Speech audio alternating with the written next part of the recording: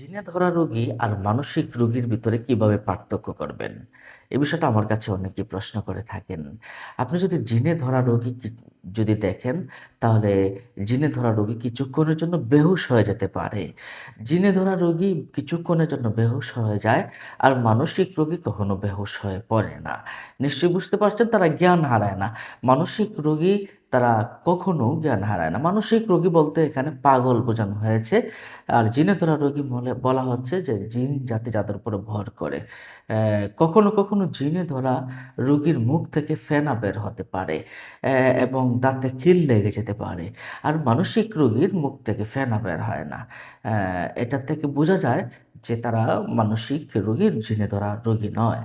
জিনে ধরা রোগী অ্যা তারা সাপ, কুকুর, বিচ্ছু, বানর, ইঁদুর ইত্যাদি স্বপ্ন সবসময় দেখে থাকে।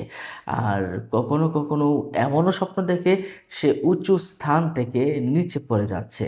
এমনটা হলে বুঝবেন মানসিক রোগী জিনে ধরা রোগী। যদি স্বপ্নে সাপ, কুকুর, বানর, ইঁদুর দেখে এবং উঁচু থেকে নিচু পড়তে দেখে, তাহলে বুঝবেন এটা জিনে ধরা রোগীর বা জিনে আক্রান্ত হওয়ার সম্ভাবনা রয়েছে। আর মানসিক রোগীর এমনটা কিন্তু হয় না। তারা এই স্বপ্নগুলো দেখে থাকে না। জিনে ধরা রোগীর সবসময় ভীতু একটা মনোভাব থাকে।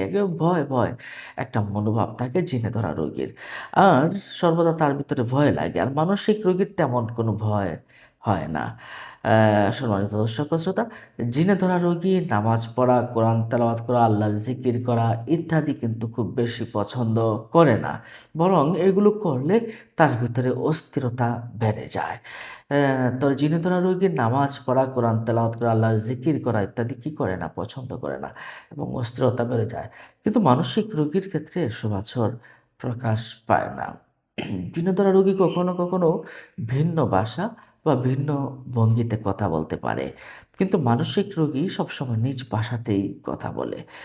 তার কথা বলার ভঙ্গিও বেশ পরিবর্তন হয় না মানসিক রোগীর। কিন্তু জিনে ধরা রোগীর বিভিন্ন রকম কথাবার্তার ভঙ্গি পরিবর্তন হতে পারে, টোনগুলো পরিবর্তন হতে পারে।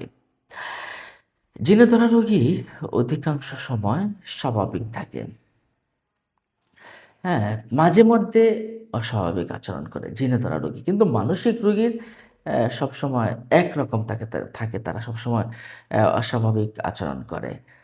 জিনে ধরা রোগী থেকে অনেক সময় আশ্চর্যজনক বিষয় প্রকাশ হয়ে থাকে। জিনে ধরা রোগীর থেকে আশ্চর্যজনক বিষয় প্রকাশ হয় কিভাবে? যেমন অল্প সময়ে সে বহু দূরে চলে যায়। গাছে উঠে বা একদম সরু চিকন একটি ডালে গিয়ে বসে জিনে ধরা রোগীরা। অল্প সময়ে বহু দূরে চলে গেছে কিংবা গাছে উঠে সরু ডালে বসে আছে। এগুলো হচ্ছে জিনে ধরা রোগীর কাজ। আর মানসিক রোগীর ক্ষেত্রে এমনটা হয় না। অল্প সময় যেতে পারে না বা গাছের উপরে উঠে বসে থাকতে পারে না। জিনে ধরা রোগীর কাছে স্বামী, সংসার, স্ত্রী, সংসার, সন্তানদের মুঠেও ভালো লাগে না।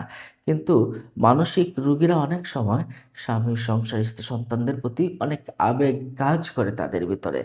তাহলে আমরা এই বিষয়গুলো কিন্তু বুঝলাম।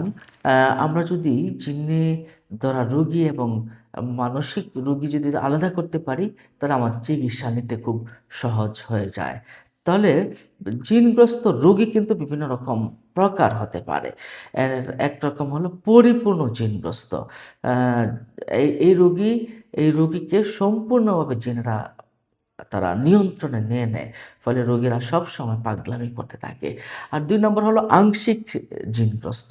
রোগীর দেহে কোনো অংশের উপরে তারা জিন আক্রমণ করে, যেমন জিন মানুষের জবানকে বোবা করে দেয়, চোখের উপর আঘাত করে, মহিলাদেরকে আক্রমণ করে, অতিরিক্ত রক্ত প্রবাহিত করে, হাত পা অবশ করে দেয়, পা নড়াচড়া করতে পারে না, পায়ে ব্যথা শুরু হয়। এমনটা যদি হয়, তাহলে কিন্তু বুঝবেন আংশিক জিনগ্রস্ত।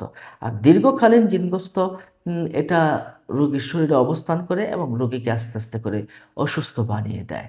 এটা হচ্ছে দীর্ঘকালীন আ জিনগ্রস্ত। আর খণ্ডকালীন জিনগ্রস্ত যেটা, এটা হলো রোগীর শরীরের ভিতর প্রবেশ করে, হঠাৎ করে আসে, আবার অল্প সময় অবস্থান করে তারা কিন্তু উৎপাত করে আবার চলে যায়। নিশ্চয়ই বিষয়টা বুঝতে পারছেন। তাহলে কি করতে হবে? বেশি, বেশি আমল করতে হবে। সূরা বাকারা শুনতে হবে বা পড়তে হবে। আয়াতুল কুরসি ৪ কুল পড়তে হবে এবং নির্দিষ্ট যে দোয়াগুলো আছে, এই দোয়াগুলো আমরা ইনশাআল্লাহ পড়ব। নিশ্চয়ই বুঝতে পারছেন সম্মানিত দর্শক শ্রোতা। অন্য মুমিন মুসলমানকে জানাতে শেয়ার করে দিন। ভালো থাকুন। আসসালামু আলাইকুম।